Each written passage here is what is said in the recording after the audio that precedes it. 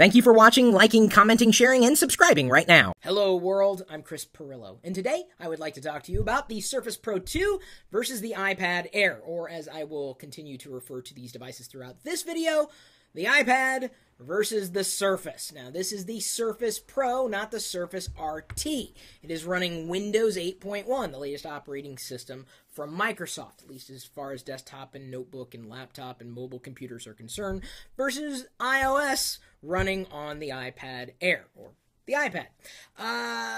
People are asking, what's the difference between these two computers? And there are a few differences between the two, and for the most part, I think many users could be served very well by either one of these PCs. Personal computers. Hello! Hardware, software, operating system. It is a personal computer. Is it like a traditional PC, much like the Surface would be? No, not necessarily, but that's not a bad thing.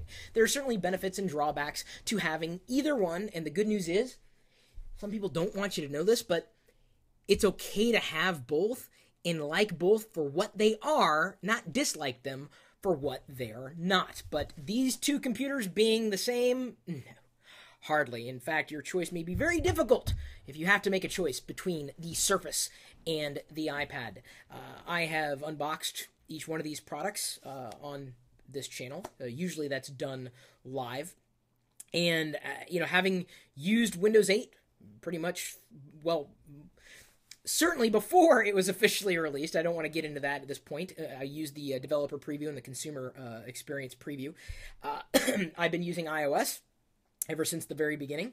The iOS 7 is still getting fleshed out. It's definitely not perfect, but it's works well enough for me to be able to do what I need to do on an iPad, just like Windows 8 does everything I might need it to do if I'm using a Surface. These two are different computers. They offer completely different computing experiences. If you are looking for more of a traditional type of computing experience, the Surface is going to make you happier. It's got a USB port, and it's got an operating system that was designed for everything that you could possibly throw at it, desktops, notebook computers, etc. But that may be a strength and a drawback. It's a drawback because I haven't found the battery life to be amazing on this Surface. Not just because I'm running the latest firmware, which Microsoft pulled because of alleged battery issues. In fact, I believe I'm running the previous version of the firmware, so I'd be cleared on that. It's just that, in my experience, when the operating system's not optimized for its primary use case, in this case, being mobile, I mean, yeah, you could use this at your desktop, but hello, it's a Surface PC. You can go around with it and do anything wherever, and you don't have to be tethered to power. But it's still running an operating system that just was not designed with power consumption, or I guess saving power in mind, compared to, say, iOS, which was designed for a mobile computing touch experience from the ground up. So not only is usability prime, but actual use case is prime as well, when you have iOS, or the operating system, really optimized for the use case. If it sounds like I'm repeating myself, it's because I have a lot of this stuff swimming in my head. But that doesn't mean it's a bad thing. I mean, maybe you need a full-on Windows PC with you wherever you go, and battery life's not an issue. You really can't go wrong with the Surface. Now, that does not mean that you couldn't access your Windows desktop by the way of software and services through an iPad, because you can. Right? It's not going to be a native experience like you would have on a Surface, but that doesn't mean that you couldn't necessarily use it in one way, shape, or form. Remote desktop is becoming kind of the way of the future in terms of being able to access things from things that you're using. Okay. One is heavier than the other. Empirically speaking, this is a fat boy right here. This 2 pounds. Pretty heavy versus less than a pound on the iPad Air. And that's not bad. I mean, certainly it's lighter than a lot of the laptops that I've used. It's just that you can't really compare the two. The Surface Pro has a kickstand. That's nice. In fact, the Surface Pro 2 has a kickstand with 2 settings. There's no such kickstand on the iPad. It may be an issue. You could also buy separately a type cover directly from Microsoft, or a touch cover, and attach it directly to the Surface. Apple doesn't make a keyboard, but there are plenty of third-party accessory manufacturers who make covers. They're keyboards for the iPad. Their smart cover doubles as not just a cover, but also a stand that you could use the iPad in either this position or this position. Okay, this one, number 1, or number 2. Number 1 or number 2. I'm not going to demonstrate it because you've likely seen that before at this point in time.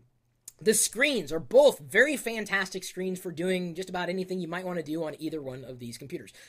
Check email, browse the web, do social, watch movies, listen to music. It may very well boil down to another part of the experience, and that's software.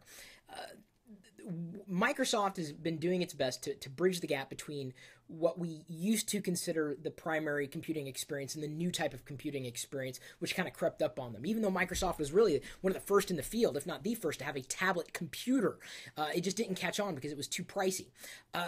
The fact that you can run all your Windows software, if you have Windows software these days, on a Surface, that may be a boon for you. And I don't want to take away from that at all. But in terms of the ecosystem in the App Store, the official App Store, which is how most people probably should be downloading software onto their Surface, because Microsoft's made sure that it's not going to ruin the computing experience if you get it through the App Store. You're going to find yourself a little frustrated with, I'm not going to say a lack of apps. There are a lot of apps, I'm sure, in the Windows 8 App Store. It's just that I didn't find many that I would want or I would hope would be interesting and help me transform this computer into something truly amazing. And developers will hopefully eventually catch on, and I know it gets better with every year that goes by. It's just that the apps on Windows 8 aren't as plentiful as what might be found on iOS, specifically apps that are optimized for the screen and the computing experience that you're using. That's a big deal. And I also don't want to get tripped up on one platform has more apps than the other, because you know what? Every platform brags about how many apps it has, but most of them on any platform suck. It's just a question of how many of them would suck less on one platform versus the other that you would have to ask, or how many of those apps were optimized for the experience that you have in front of you, that piece of hardware in conjunction with that piece of software and an operating system. It's that entire experience that you may have to look at very seriously if you are trying to make a decision between these two computers. Another thing that is going to be a very difficult decision for some people to make, and I know Microsoft keeps going back to Office for productivity, and that's fine. If you like Office, if you need Office, if your work relies on Office, Office works exceedingly well on a Windows PC.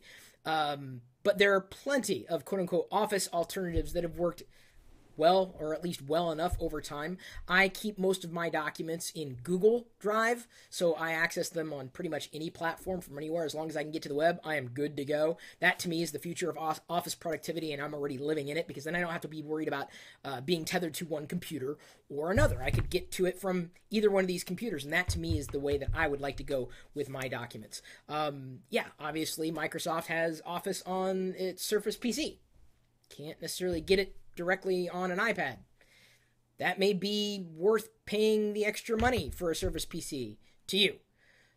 That's the thing you got to consider. The Surface is a bit more expensive than an iPad. Well, not every single one, because you can spec, or I guess configure each one of these computers differently, right? Depending on how much RAM you put in it, or I'm sorry, storage space or the capacity, you know, how many gigs you buy, you're going to have a difference in price. You know, the higher capacity, the higher or more money you're going to spend on either one of these computers. So I don't want to talk, you know, price for price point, but I would say like the baseline configuration, the iPad is certainly lower than the Surface computer at this point in time. We're talking about the Surface Pro or the Surface Pro 2 running Windows 8. We're not talking about the Windows RT or the Surface RT or the Surface 2, which is also RT. They're trying to get away from the RT moniker for a lot of good reasons, and that would be Microsoft.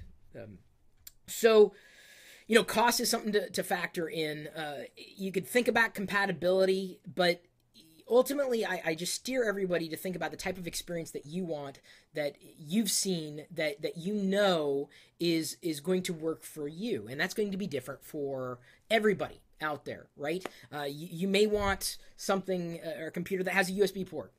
There you go. Go with the Surface. You'd be happy. You may not care about a USB port.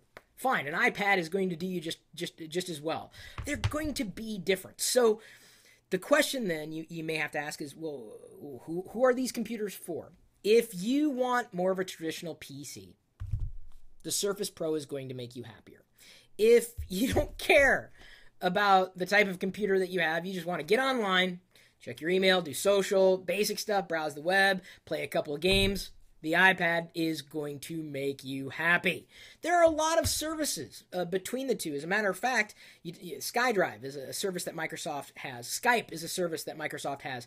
You can get to it from a Surface PC as well as the iPad.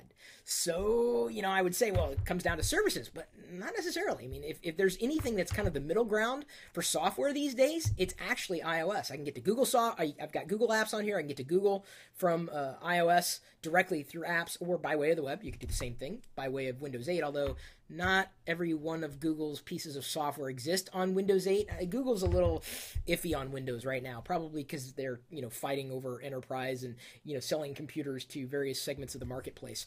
So if it's not even about how much money you have to spend either. I come back to having that experience and getting that experience closer to what you're what you're expecting. And that is really, I think, the biggest hurdle that Microsoft has is I don't know if many people are expecting to have a traditional computer when they buy a new computer, right? This is not a traditional computer as we have defined a computer or PC, but it is every bit. This is more of a PC than my first PC, which, by the way, was a Commodore 64 way back in the day. You want to talk about a lack of apps. But boy, you could play Balderdash like nothing else. You could be happy with either one of these computers. It's just that you may be more happy with one over the other, and that's going to boil down to something that you want that only one of them provides.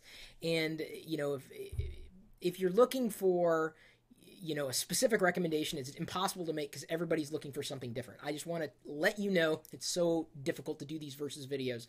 I don't have an inherent issue with one company over another. Everybody's got to make up their own mind. I am very, very happy to have been able to use and have both of these. So thanks again for remembering to comment, like, subscribe, and of course share and watch even more of our videos right now.